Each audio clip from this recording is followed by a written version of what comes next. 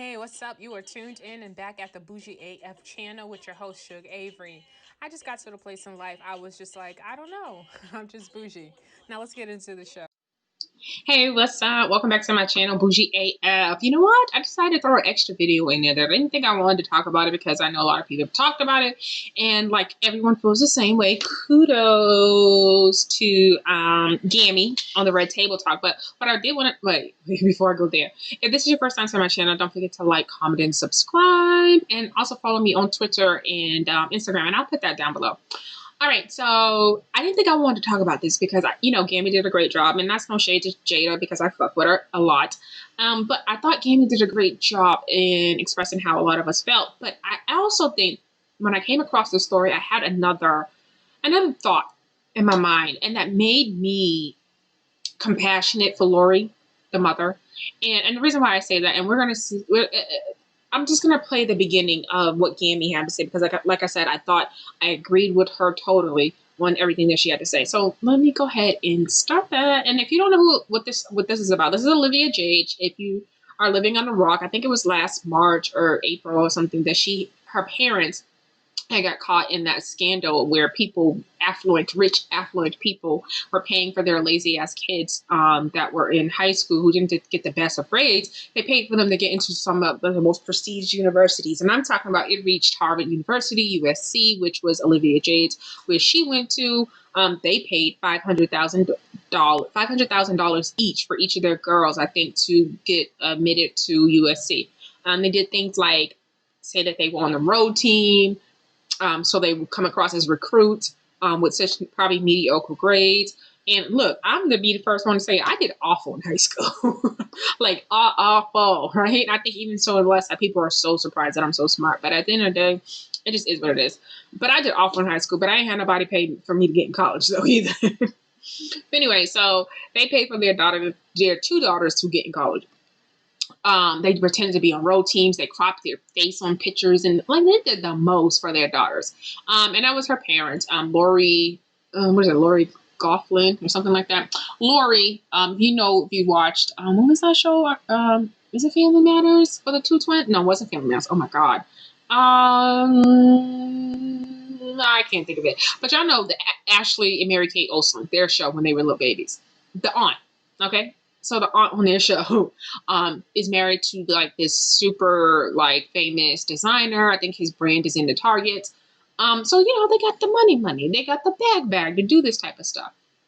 So anyway, so the mother and the father have been sentenced to jail. I think they did less than probably I think Lori's has done less than a month or something like it's something that little tap on the wrist that happened. No real time. I think nobody's doing more than 6 months here. But the daughter, while her parents in jail, decided to go sit down with the Red Table Talk, which was Jada, her mother, and her daughter, and just tell her side of the story. And like I said, I did not think I was going to talk about this because everyone has talked about it, and Gammy just like really held it down. Like it was nothing else to say after Gammy said what she said. But like I said, I had a different thought today. After listening to her speak, after listening to Olivia speak on the Red Table Talk. The other thing that was, so the mother, Olivia never wanted to go to USC. And what I thought was not acknowledged, any parent, once your child becomes 18 and, going into adulthood, you want them to have something going on for themselves, right? You want to make sure they are being productive citizens. You want to make sure that they are doing what's supposed to, in a lot of cases, what people feel naturally supposed to be done, which is going to college, right? So in your head, you're just thinking, I need to make this happen. What is she going to be doing out here? Whatever. I thought that wasn't acknowledged in the sense of parents, Gammy and Jada sitting there. So I'm just going to play a little bit. I'm not going to show y'all because I'm trying to really learn all this stuff and not, what can get my videos taken down and all that stuff. I'm going to watch on YouTube to see if someone does tutorials on like things to not do and do. I'm pretty sure there is, but we can listen. 19. Olivia Jade was a successful lifestyle and beauty influencer with major brand deals, even her own makeup line. This is Olivia Jade. But during her freshman year at the University of Southern California, Olivia's world came crashing down. Her parents, actress Lori Laughlin, known to a generation as Aunt Becky from Full House, and fashion designer Massimo Giannulli were arrested. I'm definitely ready to address some things. Her parents were among dozens charged for bribing and cheating to get their kids into top universities. We're here today to announce charges in the largest college admissions scam ever prosecuted by the Department of Justice. Lori and Massimo had hired college counselor Rick Singer, the mastermind behind the illegal college scheme. The couple allegedly paid $500,000 to get their daughters into USC. Olivia was at the center of the scandal. She was vilified for her entitlement, fired from brands, and removed herself from public life. Her parents are now in federal prison. Today, Olivia is finally ready to break her silence 2 months each and address the controversy. Do you have any understanding of why I would be upset at your being here? It's like, child, please.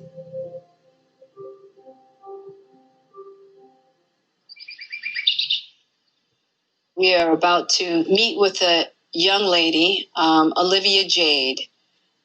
A lot of people are going to have a lot of opinions about her story. She called and wanted to come to our table, and we all had very different feelings about it. Yeah. You know, I fought it to the nail.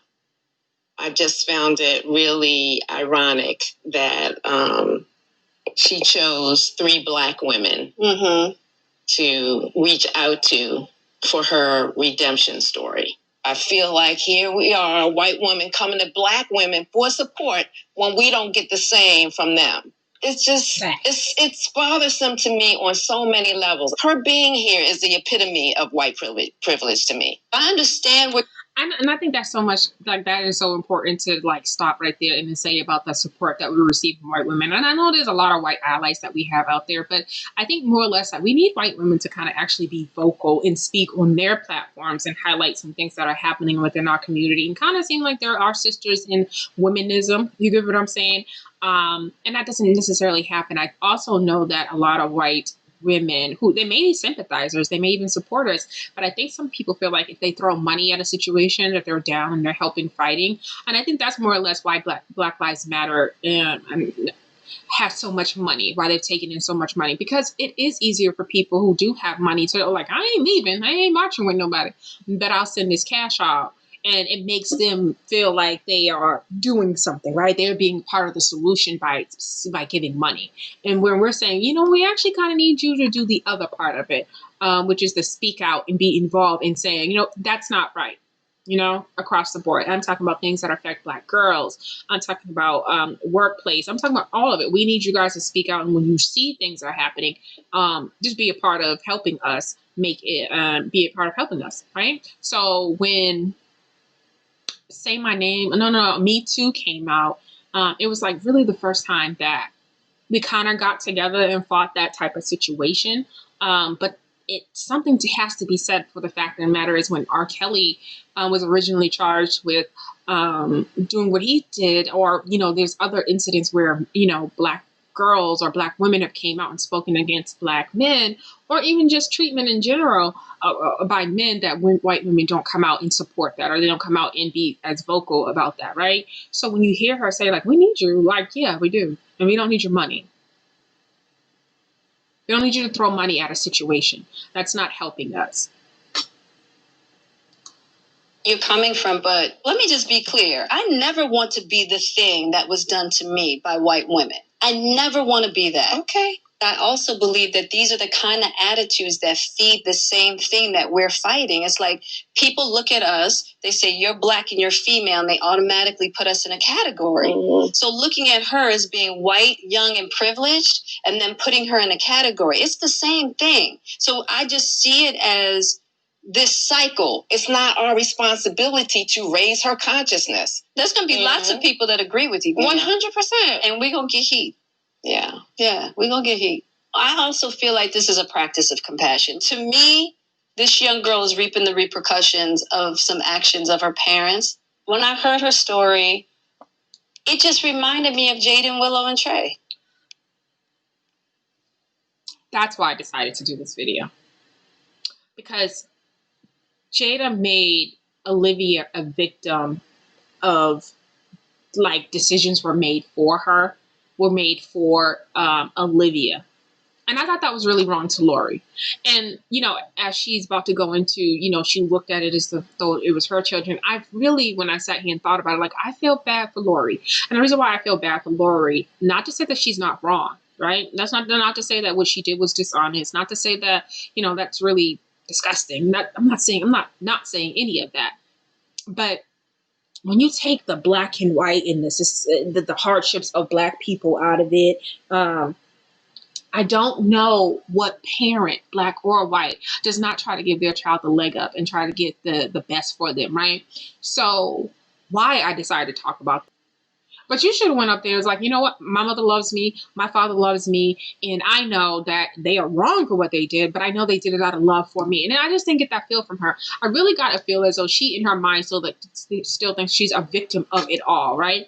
Because she feels like she wouldn't have, she didn't want to go to school. You know, she was on her YouTube because she's an influencer, just talking about, oh yeah, I go for the parties, and the, you know, USC is a Division I school, so you know you're going to the football games, you're going to the basketball game. There's an atmosphere, you know what I mean? So she was going for the social life of it, not the education part of it. So I think she felt like she was so justified in, you know, not caring about going to USC because it just wasn't what she wanted to do. She was already probably making millions off of being an influencer.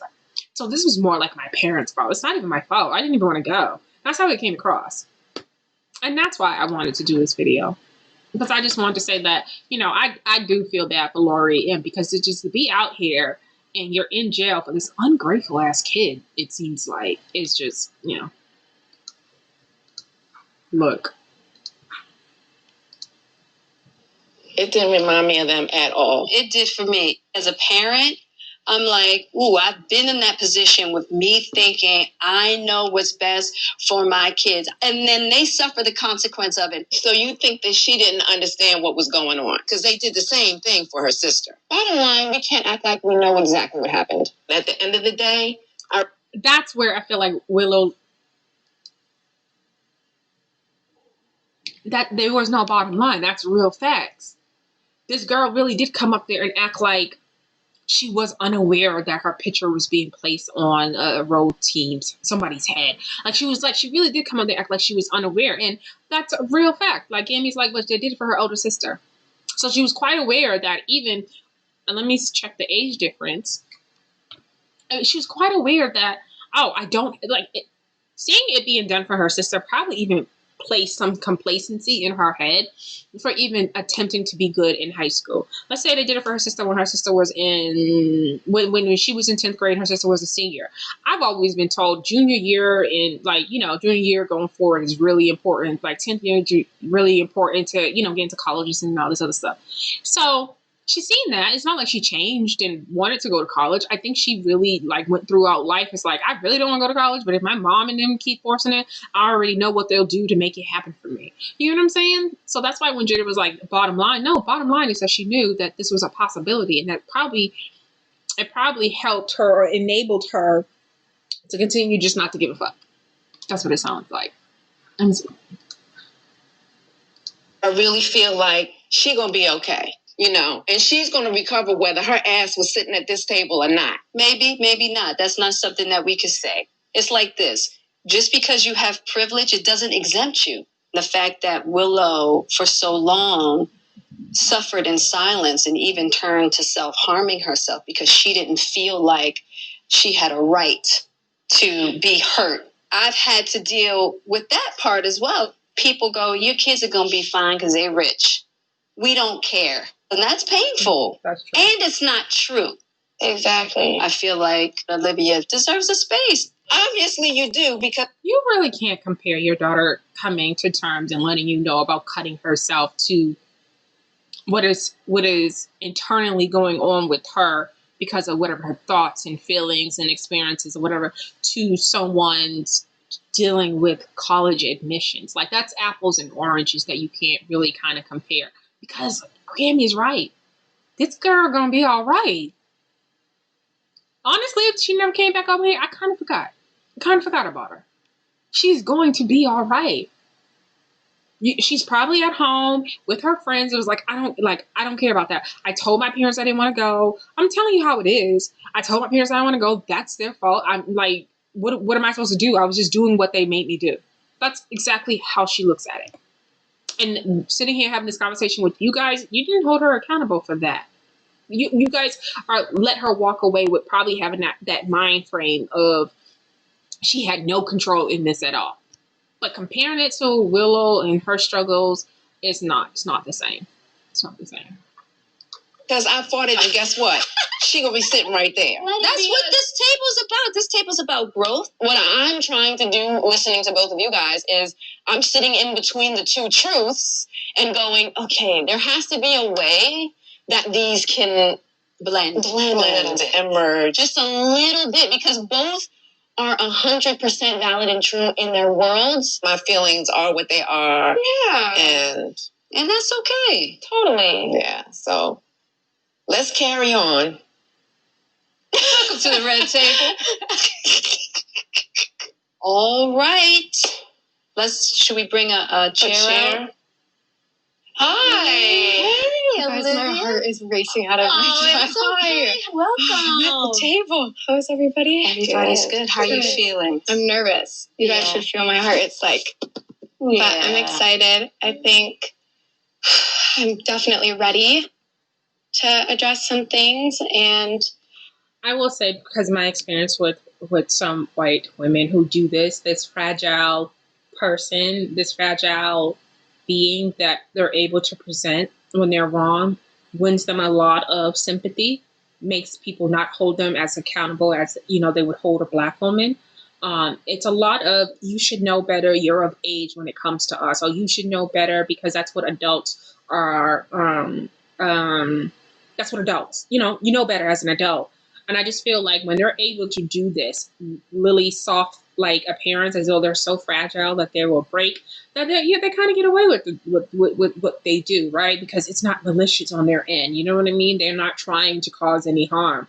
And at the end of the day, you may not be trying to cause any harm, but the accountability part of it says that you should have known better and you should have not done. And that's how I feel like I've been treated in situations when it comes to my actions and being an adult, being really super held tight to, you should have known better, you don't do that, that's not right, and held against you. Whereas you're right, this white girl will go on and nobody will hold out against her. That's something she did in her early 20s. And that's life. You just move on, And a lot of Black women, we don't really get that. We don't really get that. We don't get that at all. I mean, and that's just what it is. I can't think of a better place. So thank you for having me. Yeah. What made you want to come to the table?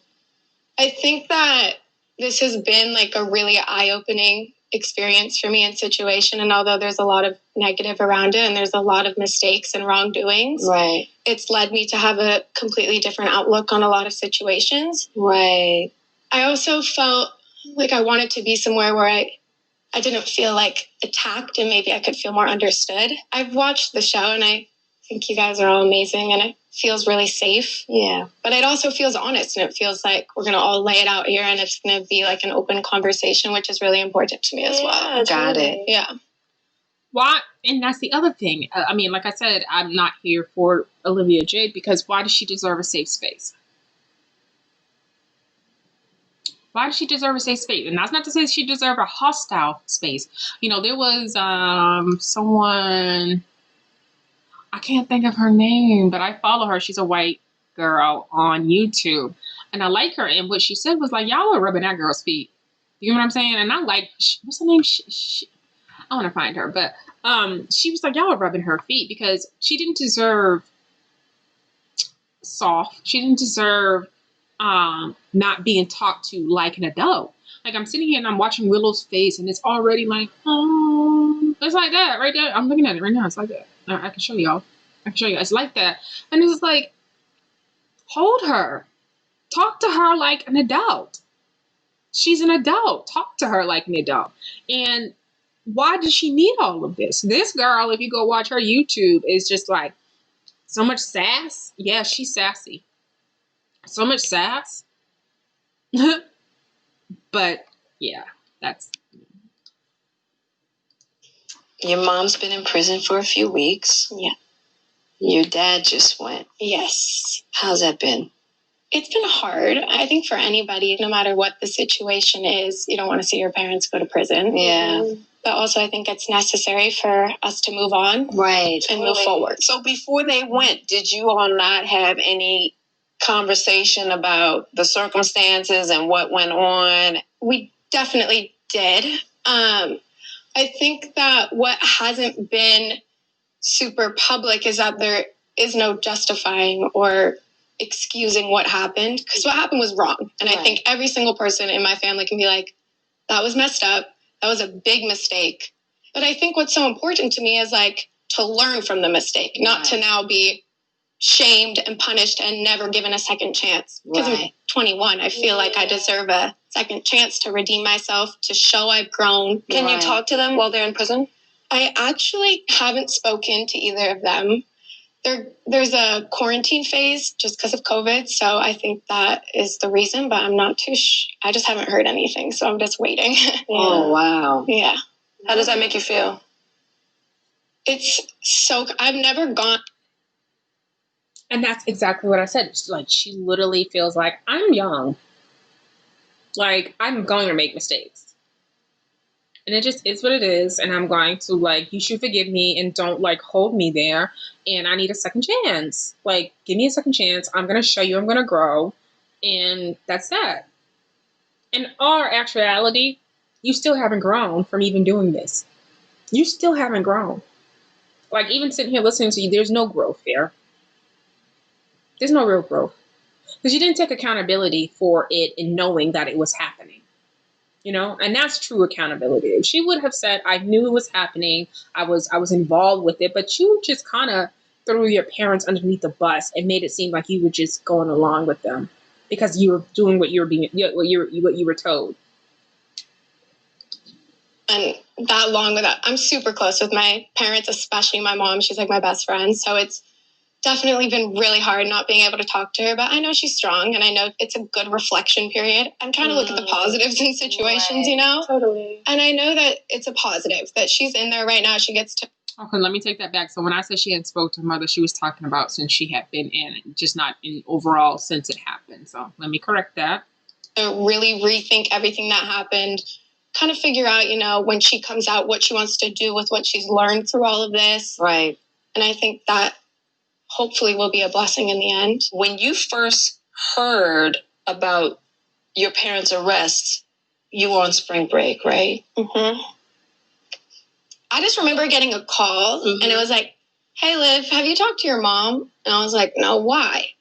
And they were like, well, I'll just let you talk to her and then call me back. Right. So I hang up the phone and I had this like really weird gut feeling. I didn't know what she was talking about. But I was like, I'm just going to search my mom's name up. Then it's everywhere. And I was sitting with a group of friends and I knew any second. So let's put in context. I mean, she said she was on spring break. She was actually on a yacht in the middle of like an ocean from what I hear. You know what I'm saying? Like context of what her life is with like, I think they said at the time, the dean of the chancellor of the university, their daughter, she was on their yacht. Okay. The chancellor.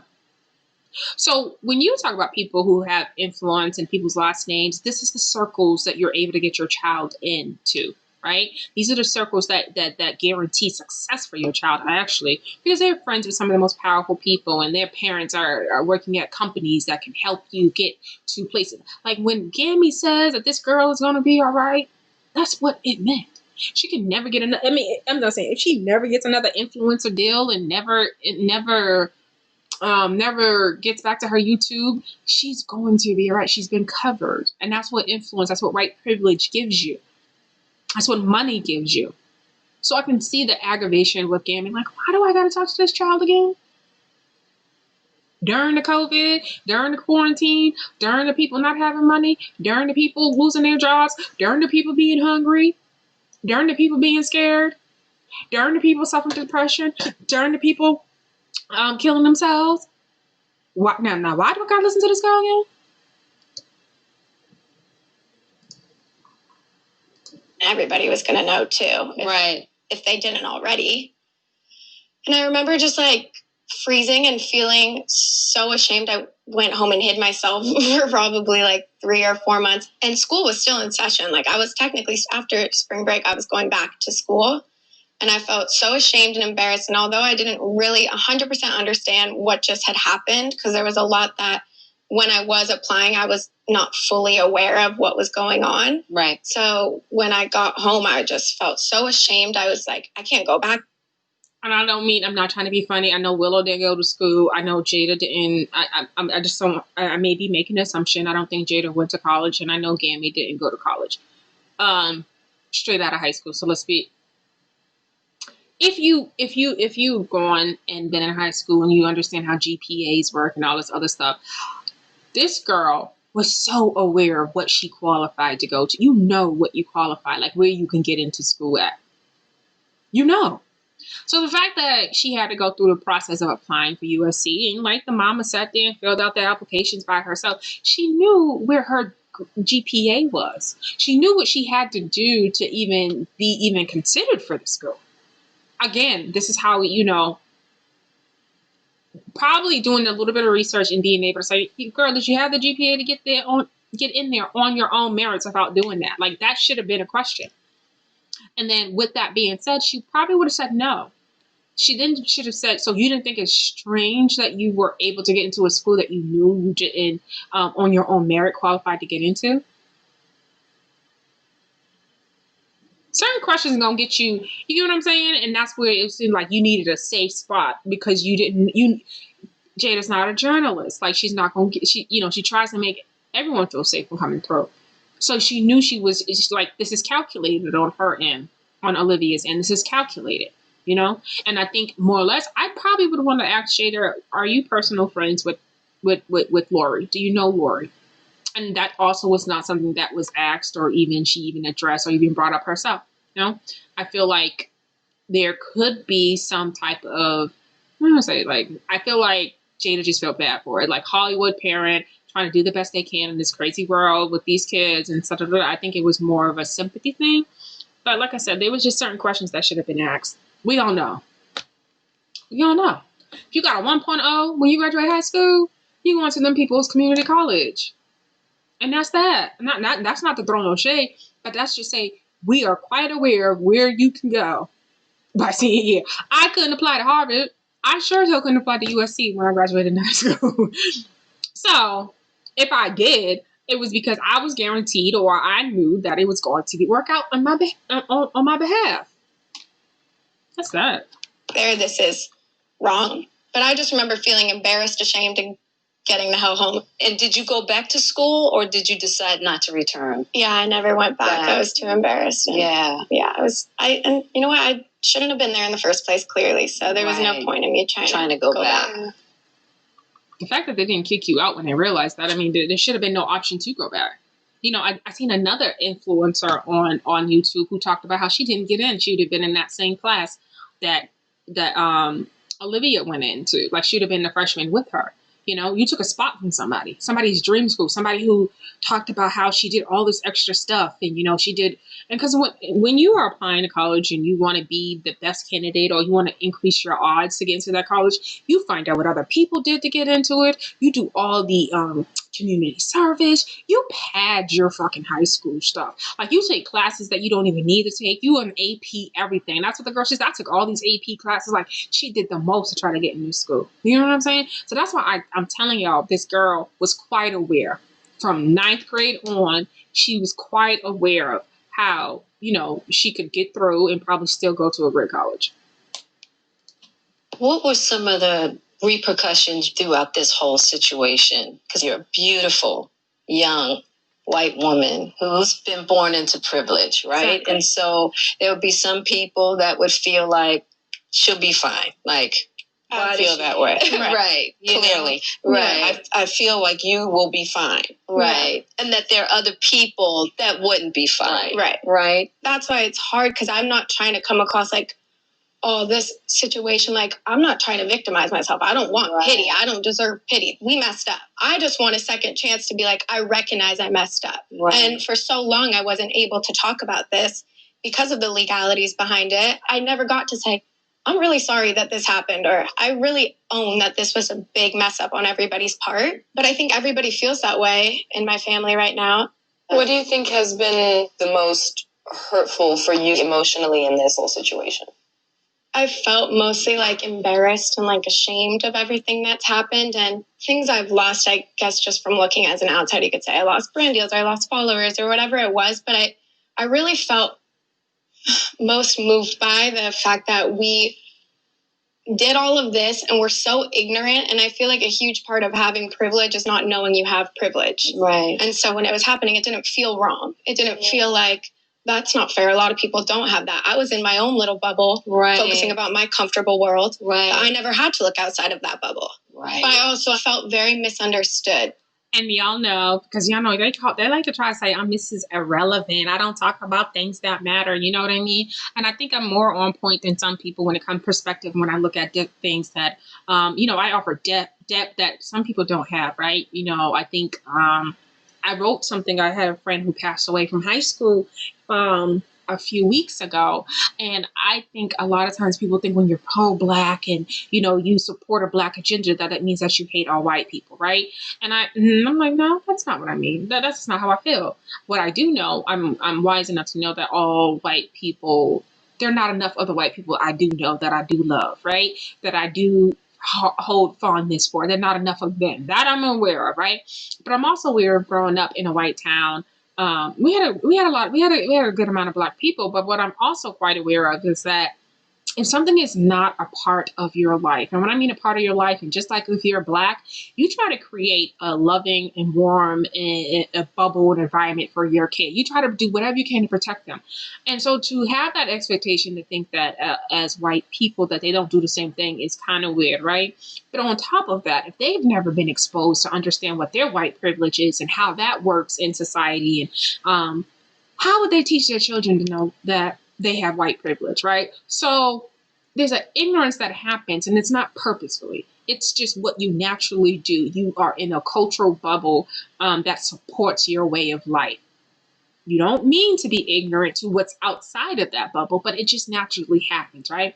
We got comfortable after the 1960s and everything that we went through, that, we didn't talk about the things that were still happening to us, right? So there is that layer of people not realizing what, even in Boston, what busing did to a Black community. You get what I'm saying?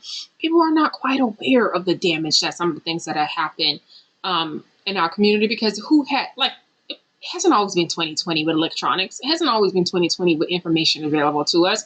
I think sometimes we don't even realize that. So when we talk about white privilege and how sometimes how they can live and not really understand it at all, and I totally get how this girl may not been raised to understand white privilege. And I wish she loses me at it in the year of 2019 or even 2019. No, this happened in 2020. Her parents, she was a freshman in high school. By the time she was a senior in junior high school, we had already started talking about privilege, white privilege. Like, this has been a conversation that's been going on for I feel like 2 or 3 years, right?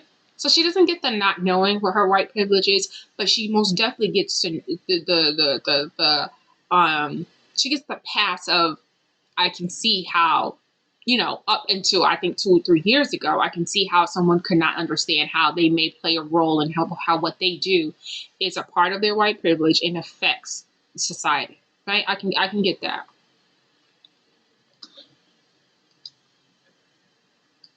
The picture that has been painted of me, I feel like, is not who I am. I'm not this bratty girl that doesn't want to change anything.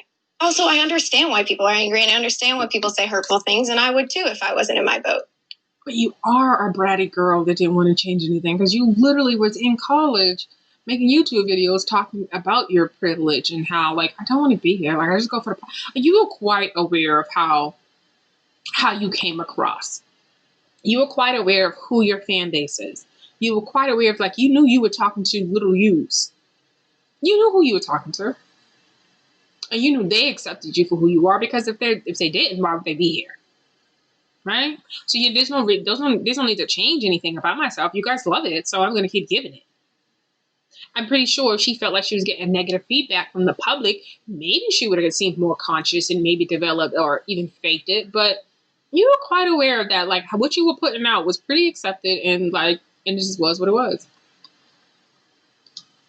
And I think I had to go through the backlash and the stuff, because when you read it, you realize that there's like some truth in it. I understood that people were upset and angry, and maybe it took me a little bit longer to understand what for. Right. But man, am I glad I did realize what for. Right. Better late than never. So what have you learned specifically? When all of this first happened and it became public, I remember thinking, which my thoughts are completely different now, but I remember thinking, how are people mad about this? Like, I know that sounds so silly, but in the bubble that I grew up in, I didn't know so much outside of it. And a lot of kids in that bubble, their parents were donating to schools and doing stuff that advantage. There are so many advantages. It's not fair and it's not right, but it was happening. Right. And so when this first came out, I was like, I don't really understand what's wrong with this. Like, I'm not understand. And that was important. Because what was going on looked like to you that it was just, this is what happens. Like, everybody does this. This is normal. But I didn't realize at the time that's privilege. I didn't put those two together. I was like, well, this is what everybody does. And my parents worked really hard and I don't understand, but that's not.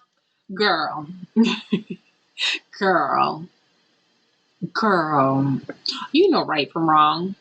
If you cheated on a test before, you know you ain't gonna go around and tell everybody you cheated on that test, but you know it's wrong.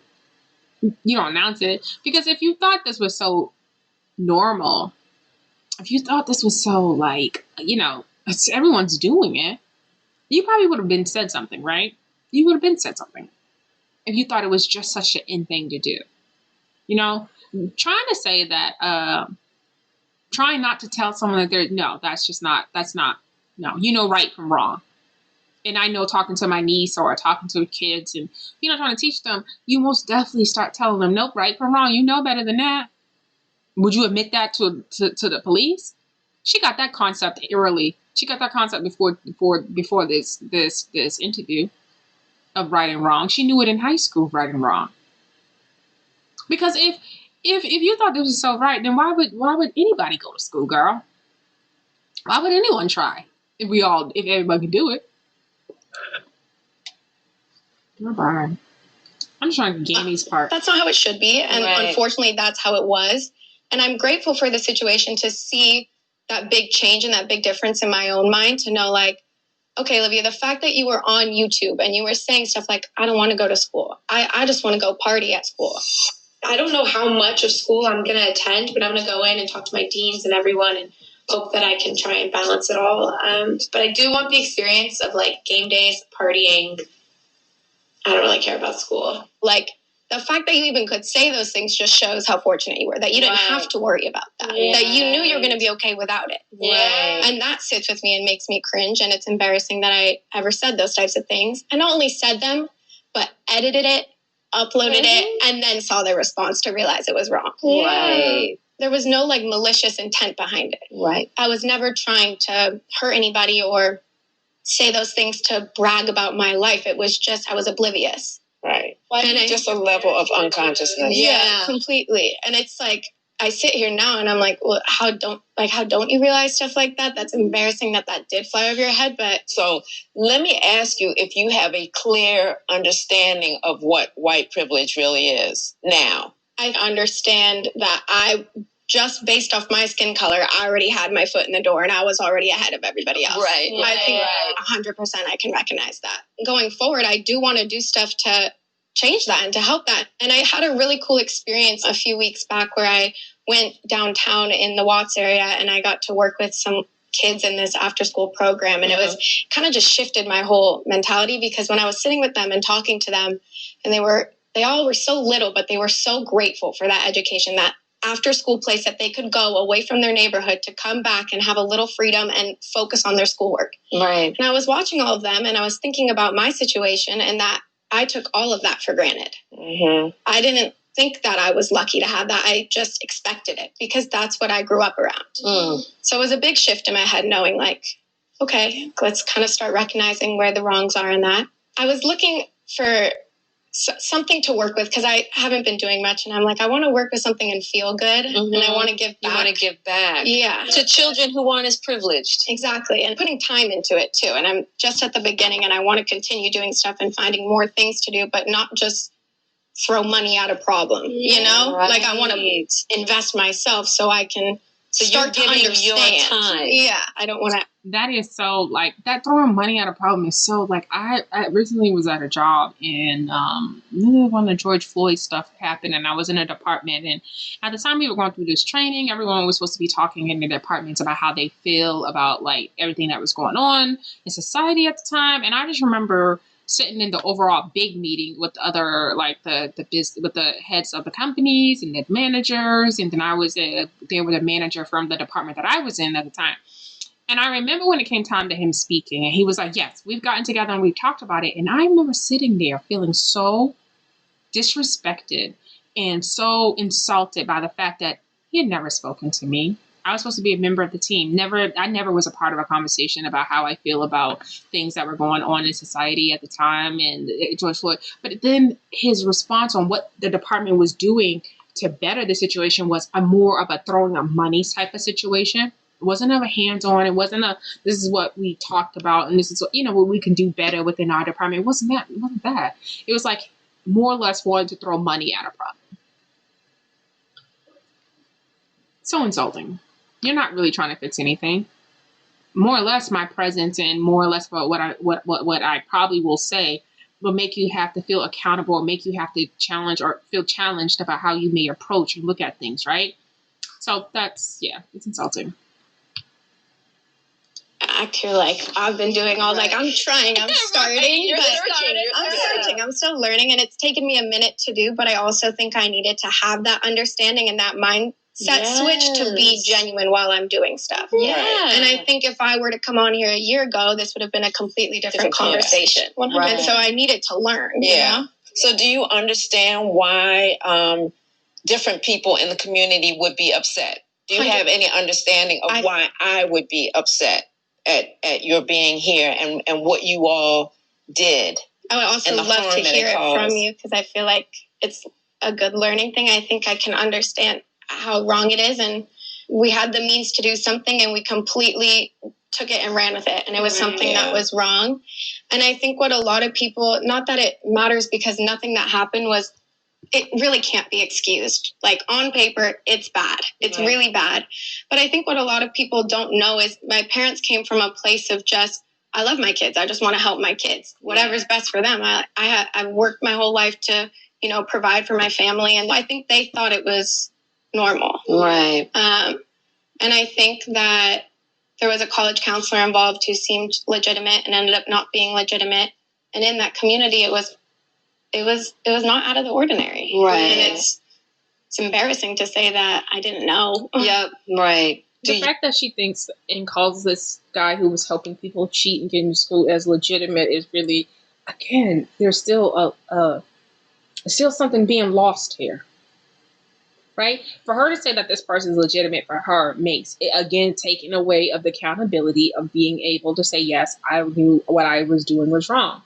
She's still calling this person whose job or who was just lying and cheating the system as legitimate. And we all know what lying and cheating the system is by the time you're a senior in high school. By the time you're a junior, we know what that is. By the time, if you played any type of sports and been in any type of, like, extracurricular activities or anything, that you playing a damn board game, you understand the concept of lying and cheating to get what you want. Like, for her to act like that part, it has something to do with her cultural bubble is annoying. It's really insulting. You want to express why this would be upsetting for you? Just so that she has understanding, you know what I mean? And yeah, totally. Different perspective. I think for me, it's like there is so much violent dehumanization that the Black community has to go through on a daily basis. Yeah. Right? Talk your shit. There is so much devastation, particularly this year, 2020, with the pandemic and everything being brought to the table, just how there's so much inequality. Inequality and inequity. Mm-hmm. that when you come to the table with something like this, it's like, child, please. Right. Mm-hmm. No, I get that. I'm exhausted. I'm exhausted with everything that we have to deal with as a community, and I just don't have the energy to put into the fact that you lost your endorsements. Mm-hmm. Right. You know, or you're not in school right now. Right. Because at the end of the day, you're going to be okay because your parents are going to go in and they're going to do their 60 days and they're going to pay their fine, and you guys will go on and you'll be okay and you will live your life. Right. Yeah. And there's so many of us that it is not going to be that situation. Yeah. It just makes it very difficult right now for me to care. I totally in understand this atmosphere that we are in right now. A year from now, I might feel differently. Mm-hmm. But right now, in the atmosphere that the world is in, it's very difficult for me to feel compassionate about you. But I'm trying to. Right. And I shouldn't say about you because I don't want you to take it that personally. You know what I mean? It's not really about you. But this is what I am glad, because what I am hearing from you is that there is an interest and a desire to learn and figure out where you fit in the world and what your role is to try to make a difference. Here's what I love about this conversation. Okay, so that's all I really wanted to like get off about that. But yeah, Gammy is dead on. It's hard to care. There's so many Black women who don't get a second chance. I mean, we talk about this overall when we talk about the prison system and what happens to African Americans when they go through that situation of going to jail and trying to acclimate themselves back into society. There's never really a second chance given, right? You know, they're held to always being a criminal, so they're being typecast, you know? And so just to hear this girl, you know, worldwide is known for what she's done, and just know that it's just going to be a smear, you know, a little tap on the wrist, and she's going to have the world still at her feet. You know, that's hard to hear as a Black person, you know, because we don't really get those second chances, you know? That's just that. And white girls do. You know, oh my God, I didn't understand. Oh, like I didn't understand it was such a big deal. I wasn't trying to do and all that. And but you know, when as a Black woman, you just want to say, well, you're an adult and you should know. Like, period. You're an adult and you should know. And I don't feel like having to take the time to explain why you're doing something that you shouldn't do, because I don't. I don't get that pass, and I don't get that right in certain spaces and right spaces to question authority or to even sometimes be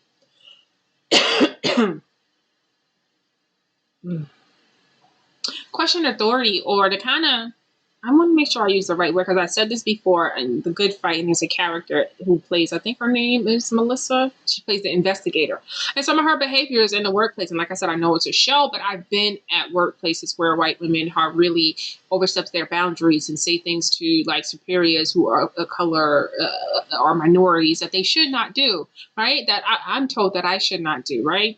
So, you know, I've seen behavior on that end be accepted, right? I remember one of the last jobs I worked at, this white girl, she was just like angry every day, hated the job, sat on the floor, complained about how she hated the job, talked about how, you know, they don't treat her like a human being, really a negative person, right? And then I was made to feel like when I had my gripes, right, and I wasn't as harsh as she was, right, because she would sit on the floor in production around everybody and talk her shit.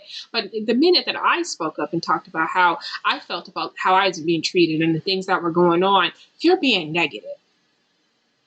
This white girl would come to work, would always have an issue. Her and the supervisor, the Black supervisor, would take time to go sit in the other room and talk half an hour to 45 minutes about her personal life, not even working, and just really getting into it. I mean, to the point where we all knew she had a man that wasn't doing anything, and she was saying, like, it was like really negative stuff, right? The minute or the times that I felt, oh, that's too bad, that's too much. This same white girl told on that same supervisor and how she wasn't doing her job and all this other stuff. But we like her. Well, I'm just talking about the bullshit that goes on in society. You know what I'm saying? You can either take it out. That's how I'm going to give y'all my life story in that type of way. I'm never going to sit here and give you, I'm not going to say never, but very rarely am I going to sit here and divulge in a way that is like from beginning to end. But I can just tell you how something like this is kind of infuriating. Kind of infuriating how when we get labeled something, it sticks and it's so much, it's blown out of proportion, you know, to how many days did I come in and do that, you know? Even with the same supervisor who I feel like she tried to label me as toxic, it's because I couldn't jive with her work ethics, right? I couldn't jive with her work ethics. So the first thing she could do, oh, I just don't like her. She just seems very negative. It wasn't I was negative. I was about my business. And once I realized that we didn't click like that, or, you know, I was in your cup of tea, I was good with just coming in and doing my job. But that was not good enough for you. But you sit with the white girl and let her be all types of negative. Oh, I like her. We like her. I watch your own people too sometime on these jobs. No, not sometimes. You got to watch your own people. And just because someone is skinfolk don't always mean they kinfolk. And I be knowing that, right? So I proceed with knowing that. Once that energy changes with me, I'm cool. You know? And I remember, and then it's so funny, I remember this Black woman went out of her way to converse with me about personal stuff. Because I'm that type of person. If you don't bring up anything personal, then I won't bring up anything personal. That's just me. So she went out her way to tell me about her life and her boyfriends and everything that's going on with her. Always trying to get me to give her the personal. Always talking about social media. Oh my God, can you believe? Like, as if though, like, gave me the impression as though she was like seeing my social media, right? And that's not something I talk about at work, right? I don't talk about what I post on my social media. I don't talk about what I talk about in my content on my YouTube video. So with me not bringing it to work, it shouldn't be a part of work, right? And it shouldn't be a problem, right? Whatever you see on my social media and it's not work related, you shouldn't be involved in it. And it's a sense of control, right, that you're trying to do. And especially with if I find I mention, oh, I just don't like what she puts out there. That's none of your damn business. And I don't owe you an explanation for anything. And I'm probably talking about things that you can't even grasp. More or less, it's just not your damn business. I'm not giving you my life. My life is not up for debate. My life is not up for review. My life is not up. My personal life is not up for judgment. Whether or not you agree with me, be the last thing, agree with how I may feel about certain things outside of work. I don't care what you feel and like, could you imagine somebody sitting on the outside of your life and taking a magnifying glass and judging you on every little thing, and you don't get to do the same thing to them? Why would anybody give that conversation? Why would anybody think that it's okay? Nobody agrees with anything that anybody does in their personal life 100% across the board. But what gives someone the right to think that they should have that right to do that to anybody else? That's when things become harassment. That's when things become, so you know what? No, you don't know. No, that has nothing to do with nothing. And on my other video, I said about Jamal Bryant calling the other pastor. Sometimes you got to say, you know what? I don't like what I'm hearing. I can't say I agree with it. But what I do know at the end of the day, it ain't my business. All right, y'all. So I'm gonna get off here and y'all keep it, y'all keep it, keep it cute, keep it bougie. You know how we do. We're gonna keep it bougie and posh over here. Give our opinions and check me out. Y'all be back now. Peace.